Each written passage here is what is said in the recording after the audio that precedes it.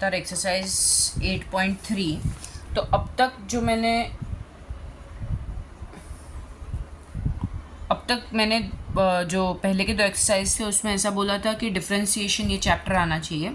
अब 8.3 में you should know the integration chapter if you want to be able to solve this. ठीक है, तो 8.3 में क्वेश्चन किस प्रकार के हो गए कि you would be given an equation, उसमें already D Y by D X ढूंढा हुआ रहेगा या डेरिवेटिव निकाला हुआ रहेगा या डेरिवेटिव का सर्टन पार्ट रहेगा। Like they would have D Y by D x और second order derivative D two by D X square, ऐसा कुछ तो रहेगा already.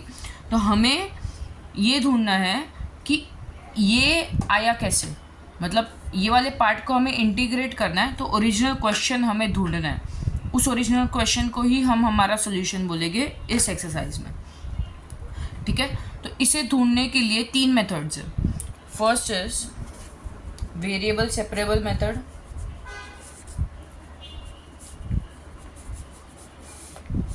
Second is homogeneous differential equation and third is linear differential equation.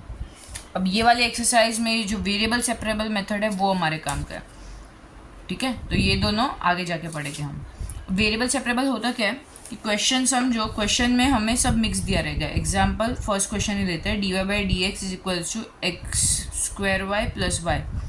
ठीक है, तो इसमें क्या दिया हुआ है, हमें एक्स और वाई सब मिक्स दिया हुआ है, इधर भी एक ऑलरेडी डेरिवेटिव का हमें आंसर दे दिया है। हमें क्या करना है, ओरिजिनल क्वेश्चन ढूंढना है जिसको डेरिवेट करके हमें ये आंसर मिला।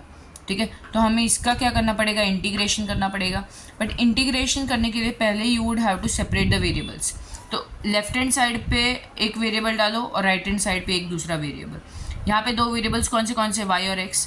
तो लेफ्ट हैंड साइड पे समझो अगर हम पूरा वाई ले लें और राइट हैंड साइड पे पूरा एक्स ले लें, उसके बाद we have to do the integration to find the original question जिसको डेरिवेट करके हमें ये आंसर मिला। तो सो दैट ओरिजिनल क्वेश्चन जो हम फाइंड कर रहे हैं ना, वही हमारा क्या होगा, solution in this exercise. Got it. अगर वेरिएबल सेपरेट नहीं हो पा रहे, ऐसे सिचुएशन आ सकते हैं कि जहाँ पे you can not separate the variables even if you try to, तो उस टाइप के क्वेश्चन में you would have to apply substitution method. ठीक है, वो कैसे करते हैं हम सम्स के वक्त देखेंगे। ठीक है, इफ़ नॉट एबल टू तो क्या करेंगे, सब्स्टिट्यूशन। ये सिर्फ याद रखना आपके के लिए। Got it. Now let's start with the first question of question number 1। उसमें ये हमें क्वेश्चन दिया है, पहले हमें क्या करना है, इसका हमें क्वेश्चन फाइंड करना है ना, मतलब जिसको इंटीग्रेट करके जिसको डेरिवेट करके ये हमें आंसर मिला, राइट। तो हमें इसका सोल्यूशन, वही हमारा क्या होगा, सोल्यूशन, राइट। तो उसके लिए पहले क्या करेंगे, हम एक साइड पूरा वाई रख देंगे, दूसरी साइड पूरा एक्स। तो कैसे करेंगे, यहाँ पे पहले तो कुछ कॉमन आ रहा है क्या, वाई कॉमन आ रहा है, राइट। एक साइड वाई और दूसरी साइड एक्स, मतलब d Y by D x भी अलग अलग साइड हो जाएगा, राइट। तो y को इस साइड ले लो, तो 1/y d Y by D x is equal to x square plus 1। अब डी एक्स को उस साइड ले लो, तो 1/y d Y is equal to x square plus 1 d x. तो अब हमें क्या दिख रहा है कि दोनों अलग अलग साइड हो गए, मतलब ये साइड पूरा y वाले टर्म्स है, इस साइड पूरे x वाले टर्म्स है, करेक्ट। तो अब क्या करेंगे, पहले इधर लिखने का, वेरिएबल्स आर बीन सेपरेटेड।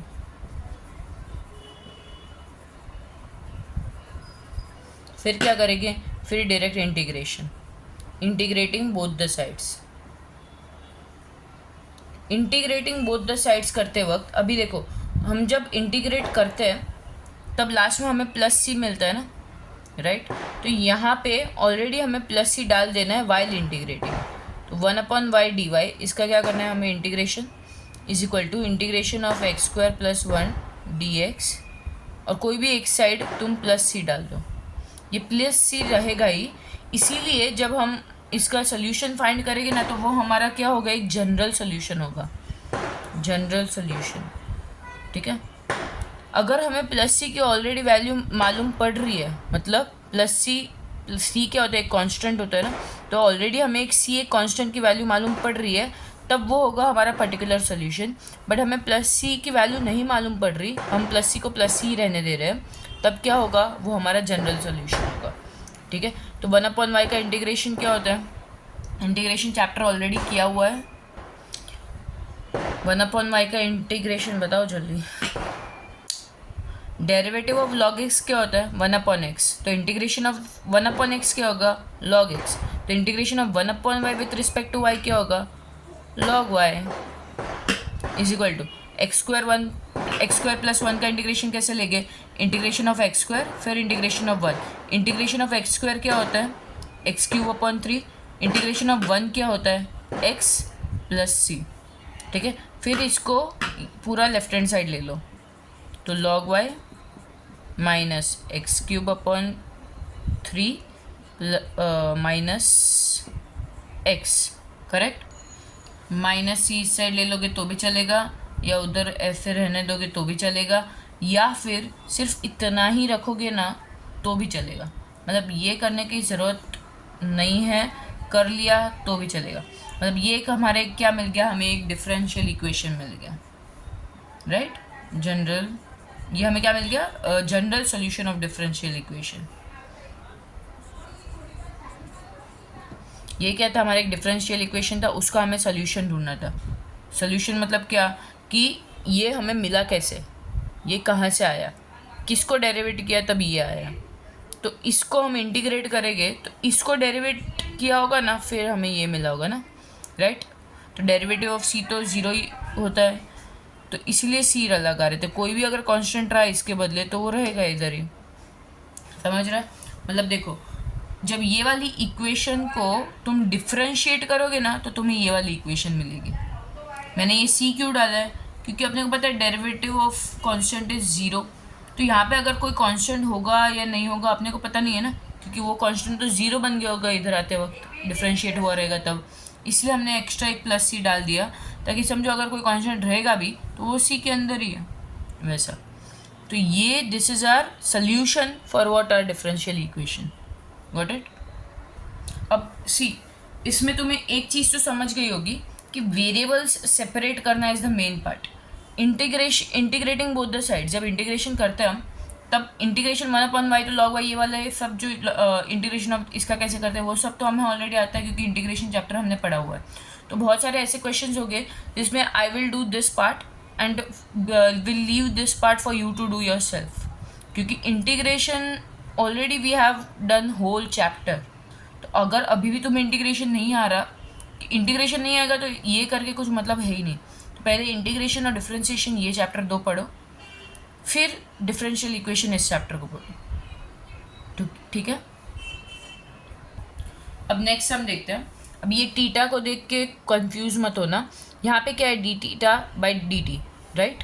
तो D x by D Y या D Y by D X जब हम ऐसा बोलते हैं, तो इक्वेशन में एक्स और वाई हमारे दो वेरिएबल्स हो गए। ये इस वाले पार्ट में वाई हमारा क्या हो गया, इंडिपेंडेंट वेरिएबल, और एक्स डिपेंडेंट। इस वाले पार्ट में एक्स हमारा क्या होगा, इंडिपेंडेंट, और ये डिपेंडेंट वेरिएबल। तो इसमें दो वेरिएबल्स ही होते हैं हर इक्वेशन में, हमारे पास 3 वेरिएबल्स वाला सिलेबस में है नहीं। तो यहाँ पे डी टीटा और डी टी की बात चल रही है, तो वेरिएबल्स कौन है हमारे यहाँ पे, टीटा एंड टी, ठीक है। इन दोनों के अलावा जो कुछ भी रहेगा वो क्या होगा, हमारा कांस्टेंट। तो यहाँ पे के क्या है हमारा, constant. Theta to the base 0, theta to the base 0 मतलब टीटा नॉट, ऐसे बोलते हैं, टीटा नॉट, ठीक है। वो भी क्या है हमारा, कांस्टेंट, गॉट इट। तो अब ये सम सॉल्व करते हैं। इसमें पहली चीज़ हमें क्या करनी है कि एक साइड एक साइड हमें एक वेरिएबल, दूसरी साइड दूसरा वेरिएबल, राइट। तो यहाँ पे टी किधर और है ही नहीं ना, तो टीटा को ही इस साइड ले लेंगे तो चलेगा। बट हमेशा ट्राई करो डी टीटा और डी टी नीचे ना हो, मतलब डिनोमिनेटर वाले पार्ट में ना हो, हमेशा वो न्यूमरेटर पार्ट में रखने का ट्राई करो। सॉरी गाइज, यहाँ पे फटाके फूट रहे थे, तो आई डोंट थिंक सो कि तुम्हें ये पूरा अगर आवाज़ आया होगा, तो मैं एक बार वापस रिपीट कर देती हूँ। जब हम d x by D y लिखते हैं या D Y by D x लिखते हैं, तो वो नीचे वाला हमारा क्या होता है, डिपेंडेंट वेरिएबल, और ऊपर वाला क्या होता है, इंडिपेंडेंट वेरिएबल। यहाँ पे D theta by D T है, तो ऊपर वाला कौन है हमारा, इंडिपेंडेंट नहीं डिपेंडेंट वेरिएबल, और टी क्या है हमारा, इंडिपेंडेंट वेरिएबल, राइट। तो जब भी इक्वेशन में ऐसे दो वेरिएबल्स हमें ऑलरेडी मालूम पड़ जाए, ठीक है, तो उनके अलावा बाकी कोई भी चीज़ जो है ना वो सारे क्या है, कॉन्स्टेंट्स। अगर टी भी है ना इक्वेशन में डी एक्स और डी वाई के अलावा, तो फिर वो भी हमारा क्या होगा, एक बार कॉन्स्टेंट। Got it. 3 वेरिएबल्स वाला आ सकता है, ऐसा ज़रूरी नहीं कि नहीं आएगा, बट इस सिचुएशन में जहाँ पे इन दोनों का ऐसा बोला हुआ है डायरेक्टली कि D theta by D T है, तो ये दोनों हमारे क्या है, वेरिएबल्स, और इनके अलावा जो भी है वो क्या है, कांस्टेंट। तो के क्या है हमारा कांस्टेंट, टीटा नॉट, जिसको टीटा टू द बेस 0 जो होता है उसको टीटा नॉट ऐसे बोलते हैं। तो theta naught will be also are constant. तो इसमें पहला हमारा स्टेप क्या होता है कि वेरिएबल्स को सेपरेट करो। टी वाला वेरिएबल तो सिर्फ यहाँ पे ही है।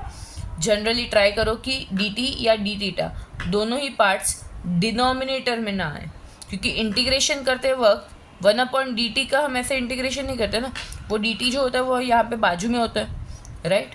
तो वो डिनोमिनेटर में ना आए, ऐसा ट्राई करो। अब सेपरेट कैसे करेंगे, एक तो डी टीटा है, इस वाले पार्ट को इस साइड ला लो नीचे, राइट, और dt को उस साइड लेके चले जाओ, करे तो ये सेपरेट तो हो गए ना। 1/θ minus theta naught D theta is equal to minus K D T, ये सेपरेट हो गए, इसमें कुछ डिफिकल्ट था ही नहीं। मतलब हमको सिर्फ डी टीटा और डी टी अलग अलग साइड्स पे लेके जाना था। डी टीटा जिधर भी साइड में रखेंगे ना, उसी साइड में ये टीटा वाला पार्ट होना चाहिए। तो इस पार्ट को इधर लेके आ गए, डी टी को उस साइड भेज दिया, और डी टीटा और डी टी हमेशा न्यूमरेटर में होने चाहिए, राइट, ऊपर ही होने चाहिए, नीचे नहीं रखने का, ठीक है। तो अभी क्या करेंगे, variables are been separated, variables separated, फिर इंटीग्रेटिंग बोथ साइड्स, ये ऐसे मत लिखना, ये पूरा इंटीग्रेटिंग बोथ द साइड जैसे लिखना। तो क्या आ गया हमारा 1/θ minus theta naught D theta is equals to integration of minus K D T. अब ये हमारा कांस्टेंट है ना, तो इंटीग्रेशन ऑफ कांस्टेंट कैसे लिखते हैं, माइनस के चलो बाहर ले लो, तो इंटीग्रेशन ऑफ 1 डी टी हो जाएगा, तो माइनस के इंटीग्रेशन ऑफ 1 डी टी मतलब T D T. Integration of x क्या होता है, इंटीग्रेशन ऑफ 1 क्या होता है, जब विथ रिस्पेक्ट टू एक्स होता है तब इधर एक्स आ जाएगा, तो integration of 1 with respect to t क्या होगा, टी। अब इसका कैसे लेंगे, यहाँ पे ये हमारा क्या है, वेरिएबल, और ये कौन है, कांस्टेंट। तो ये कुछ ऐसा है 1/x माइनस 1 डी एक्स, समझो अगर टीटा नहीं होता तो ये तो ऐसा ही है ना। तो 1/x माइनस 1 डी एक्स, इसका इंटीग्रेशन क्या होता है, बोलो जल्दी, और यहाँ पे प्लस सी तो लिखना ही है। इसका इंटीग्रेशन क्या होता है, log x माइनस 1 ना, तो यहाँ पे भी क्या हो जाएगा, log theta minus theta not, right, हो गया बस। और अगर x का कोई कोएफिशिएंट होगा तो with divide by coefficient of x, यहाँ पे थीटा का कोई कोएफिशिएंट होगा तो divide by coefficient of theta, और थीटा का कोई कोएफिशिएंट है क्या, नहीं है ना, तो डायरेक्टली आंसर हमारा आ गया log theta minus theta not equal to minus k, ये डी टी तो हट जाएगा, sorry, integration of 1 d t will be t plus c. Simple था। नेक्स्ट हम देखो, x² minus y x square d y plus y square plus x y square d x is equal to 0। हमें यहाँ पे क्या करना है, separate करना है ना वेरिएबल्स को, मतलब एक साइड सारे y वाले और एक साइड x वाले। तो पहले तो जिसके साथ ये ऑलरेडी डी वाई चिपका हुआ है उसको एक साइड रखो, और जिसके साथ डी एक्स चिपका हुआ है उसको अलग साइड भेज दो, minus y square plus x y square d x. अब हमें क्या करना है, जिधर डी वाई है उस वाले साइड पे सिर्फ y रहना चाहिए, और जिधर डी एक्स है उस वाले साइड पे सिर्फ x रहना चाहिए। तो अब जिधर डी वाई है उधर यहाँ पे कॉमन क्या आ रहा है, एक्स स्क्वायर कॉमन आ रहा है, तो बच क्या गया 1 minus y is equal to, यहाँ पे कॉमन क्या आ रहा है, माइनस वाई स्क्वायर कॉमन आ रहा है, तो क्या बच गया, 1 + x, करेक्ट। अब इस वाले पार्ट में dy है ना, तो उसके साथ 1 - y चिपका हुआ है, चलेगा। इधर भी y है तो इसको ये वाले y को इस साइड ले लेते हैं और इस वाले x² को उस साइड भेज देते हैं, करेक्ट। तो 1 - y upon -y² dy is equal to 1 + x upon x² dx। अब ये माइनस साइन को ऊपर भेज देंगे तो 1 - y की जगह क्या हो जाएगा, y - 1 अपॉन y², उल्टा हो जाएगा ना, माइनस ऊपर भेज दिया तो समझो ऐसा हो गया 1 - y, minus into 1 -1, minus into -y plus y, तो -1 + y को ऐसे लिख सकते हैं, right, is equal to 1 + x upon x² dx। अब क्या हो गया है, वेरिएबल्स आर बीन सेपरेटेड। अब क्या करेंगे, इंटीग्रेटिंग बोथ द साइड्स।